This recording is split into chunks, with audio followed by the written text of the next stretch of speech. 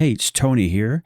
And then in the next 20 minutes or so, I'm going to show you capturing a Saturn video and then processing that video in different kinds of software. So using FireCapture to capture the video, AutoStakkert 4 to do the alignment and stacking of the video frames, and then WaveSharp 3 to do some sharpening and some additional processing of the image. And then finally, WinJUPOS to align and stack some of those WaveSharp 3 images. So this is the FireCapture software. And you can see in my image, I've got a live video feed of Saturn. And I'm showing with a maximized frame. And then what I can also do is I can click here and take that frame down to 480 by 640. And the reason I would do that is that that allows me to have a higher frame rate. So this selection here that I just selected will center the image. I can also stabilize the image in FireCapture. Click there. So it looks like the image is stabilized. You can see the scene conditions weren't that great. I've got auto histogram set to around 65.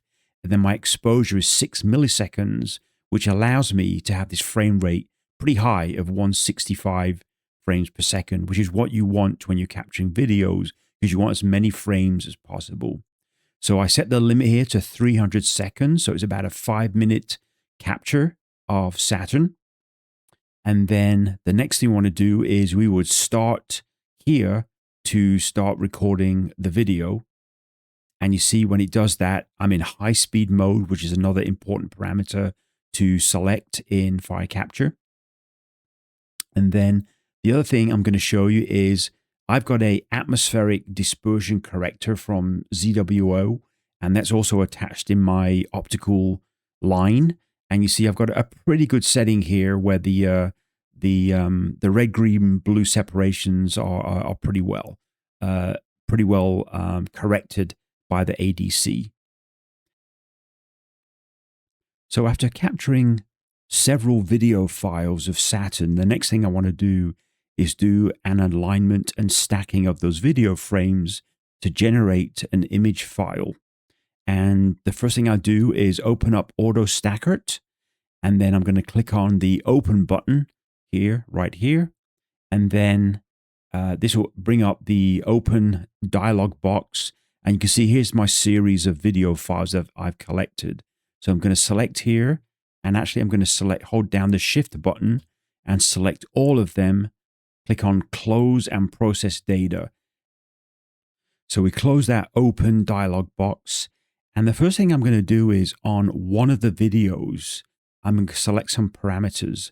The first thing I want to do is click on Analyze, because I want to get a sense of the quality or the overall quality of the frames in that video. Like I say, my scene conditions weren't that great. They were pretty average. And so the graphic gets generated, as you can see here.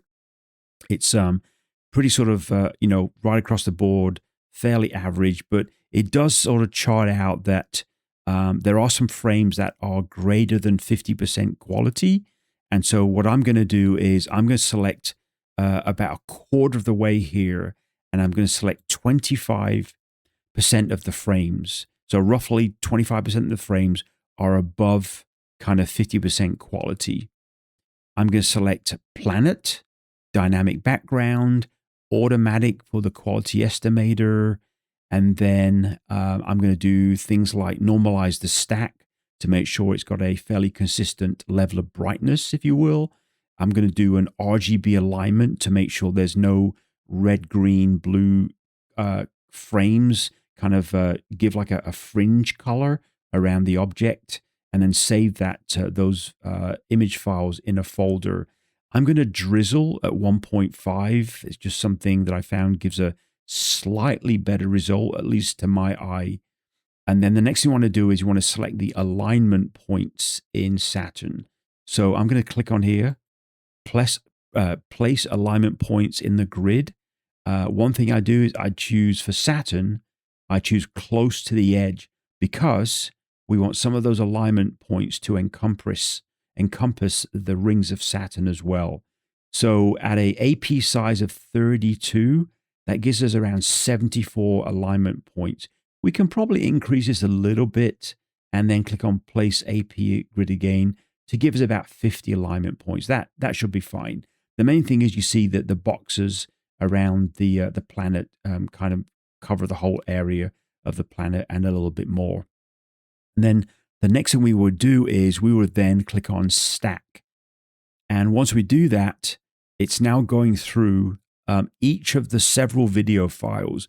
This will take, even on a fairly powerful computer, probably around 30 minutes to an hour for those several video frames that we've put together. So we'll take a pause and then we'll come back when this is completed. So after AutoStakkert has done its magic on the video files, I'm now in WaveSharp. And so what AutoStakkert did was it generated a series of video files. In this case, I saved them as TIFF files, and I've got those images opened. I'm going to use batch mode in WaveSharp. And so to do that, I opened up several of those image files, and you can see if I click on the batch tab here, you can see here's all the image files that were opened. And if I look at the first one, I'm going to set the processing parameters in WaveSharp that will then be reflected or repeated on the other image files. So the first thing I do is go to processing, and I'm going to drag the region of interest to be just around Saturn. And maybe before I do that, actually, I'll show you a trick in WaveSharp. We can actually go ahead and we can perform a file action, if you will, on all the image files. So let's go ahead and rotate all of the images by 90 degrees, just for aesthetics purposes. And so let's go back to processing. And now, of course, I need to move that region of interest around, just to kind of have it the rectangle around the planet. The first thing I want to do is I'm going to select some of these settings here. So convolve, I set to LRGB. I'll leave the color processing to OKLab, the filter to Gauss, and all the other settings kind of at default. What I want to do now is to perform some sharpening. And so I'm going to drag this layer 1 sharpen all the way to the right. You see, when I do that, we get some nice sharpening effects on Saturn. On the next layer, let's drag it just half as much as the top layer. And then the third one, let's take it half as much as that as well. So you see now we're starting to get some nice sharpening come in. But we want to also put in a sharpened filter. And in WaveSharp 3, you can actually estimate the filter. So I'm going to click on that, and it does take a few seconds as the Python program is processing. And you see here's a status bar as it does that stage on the different layers. So we did layer 2, now it's going to do layer 3, and then just in a few seconds time it will be completed. And what that sharpen filter does is basically increases the sharpening levels on each of the layers, and it kind of calculates for you. It does an estimate for you, and that's represented by these numbers here. And so now you can see we've got some nice details, if you will, have emerged from this Saturn video file that was converted into an image file by AutoStakkert after doing the alignment and stacking. So what do you want to do next? So I'm going to go over to the histogram in WaveSharp, and I'm going to kind of do some color correction, if you will. So I'm going to click on Auto Recalc. I'm going to click on ROI because that's the mode that we're in. And then for the threshold, I'm going to select Auto. And you see here on the red, green, blue, on the curve here, we get some nice alignments. I may increase the saturation maybe a little bit along here, take you up to the marker there that aligns with this here. And so we get a nice bit of saturation come in as also. So let's go ahead and close this. And then if I zoom in by clicking on the magnifier button here, it will bring up a slightly magnified image of Saturn. And one thing you'll notice here, that there is a bit of a rind effect around the planet. And in WaveSharp, there is a derind tool that we can leverage. But first, what we're going to do is, let's go ahead and do a denoise. So I'm going to click on this D here. And what I'm going to do is I'm going to select Post All Layers. And you see when I do that, there's a very slight denoising takes place. I'm going to drag this slider here all the way, not all the way to the left, just a little bit. So you can see the impact that it has on the denoising. So we want it to be sort of roughly where these two curves start to separate. So I'm going to kind of leave it right about there. And then for the next one here, it says pre-layer 1. I'm now going to select that and click there. And you see, look, we've got some nice denoising has taken place there as well. So I'll go ahead and you can play around with this for yourself on the denoising. I typically just kind of just let it do its work and don't really move these slides around very much after I've clicked on these two things here. It does a pretty good job of a denoise just by itself without necessarily having to adjust these settings. And so the next thing I want to do is let's take a look at the derind. So that's this tool here. So if I click on this and it brings up this dialog, and you can see that from that denoising, we've kind of reduced that rind effect quite a bit. But if I click on active, and then I'm going to show the mask that is applied to Saturn.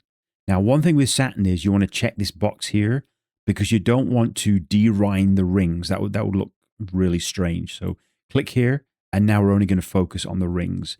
And if you remember, the rind effect is kind of starts here at the bottom and just goes up here to the left. So I'm going to actually increase the gap of the mask. So I'm going to take it up to, I'm going to type in, let's say about 150. And then I want to use my mouse wheel to drag this down. And this is all this is doing is moving the mask around. And maybe we'll make the gap even more, actually. Let's make it about 170. And then drag this down. So that's where the effect on the rinding would now take place. If I click here to unshow the mask, and then I'm going to make this not active. So you see the very, very subtle rind here is now appeared, and now it's reduced. So I'm kind of just going to leave the settings like this on the derind tool. And then close out this zoom. And so what I've done now in the processing tab, I've got all these parameters and settings that I've just performed. And if I go to batch, the batch tab here, when I click on save batch, it will now perform all those settings on these files here in WaveSharp. So we've done our processing in AutoStakkert, in WaveSharp, and so now we've got 7 or 8 images to work with. And the next thing we can do is a program called WinJUPOS. And what it will do is it will basically leverage data that it knows about Saturn and its rotation rate and things like that. And it will combine images together to further reduce the noise in the image. And as long as your images aren't a lengthy time range from, say, the capture time of the first image might be something like, say, 2 a.m. in the morning, as long as the capture time of the last image is maybe 20 or 30 minutes later and not too far beyond that, it does a pretty good job in my experience of combining images together. So I've got the first image opened up in WinJUPOS. What I've done is under Program, I've selected Celestial Body Saturn, which is, of course, is the one we're looking at. I've then opened up under the image tab here, I've opened up the first image in the series. And the next thing I'm going to do is if I go over to the adjustment tab, there is a draw outline frame here. Check that. And you want to approximately align this frame with the image of Saturn. And there's a number of hotkeys you can use to do that. On Windows keyboard, there's the up and down buttons. You can see I do that. You kind of move the outline around, as well as the left and right. Can move things around as well. If I press the N and P buttons, N, you see it very slightly rotates the image. And then I can also use the, see here, the page up and page down buttons, kind of expands and contracts the image as well. And so you get that rough alignment put together. And because I've got a series of images, I can actually do this in batch mode. So once I've got this sorted out, I can then go ahead and basically save this image, and it will save the parameters that I put in terms of the frame that's outlining Saturn. And then what I can also do is if I go to the miscellaneous tab here, I can actually create settings for multiple image files. And so I would select the files here. And so here's the multiple image files. Open, and then it's already created what's called IMS files for those images. So when I then go over to the tools button here and go to derotation of images, I can select those image files and the parameters. So basically I can go here and select them. It's under here, processed.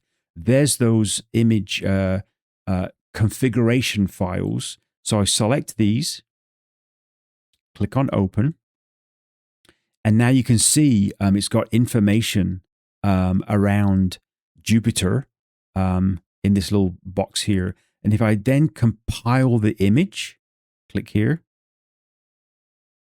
and there you've got a nicely, very slightly denoised image. If I just zoom in a little bit here, if you compare that here with the one over here, look at that. It's really kind of nicely reduced the noise here. There may be a little bit of harshness around the edge on the image. And one trick you can do to get around that, if I just minimize this, is minimize this. When you go to adjustments, there is a thing called LD compensation. And so if I check that off, and you can see what it's doing here, it's going to basically make the limb of the planet kind of less abrupt. And so doing that, you just reduce this down. Typically, I use anything from, say, 0.75 to 0.8. So you would select that, and then you would go ahead and do your processing like we did before. So that's it. It's a fairly comprehensive video end-to-end from initially capturing your Saturn images using FireCapture, then aligning and stacking those video frames in AutoStakkert, and then do some sharpening functions and histogram in WaveSharp, and then bringing those images together in WinJUPOS to try and reduce some of the noise further. So that's it. Play around with this for yourself. There's many settings that I'm not going to cover every single thing in this video, but I encourage you to play around with it for yourself. Thank you for your time.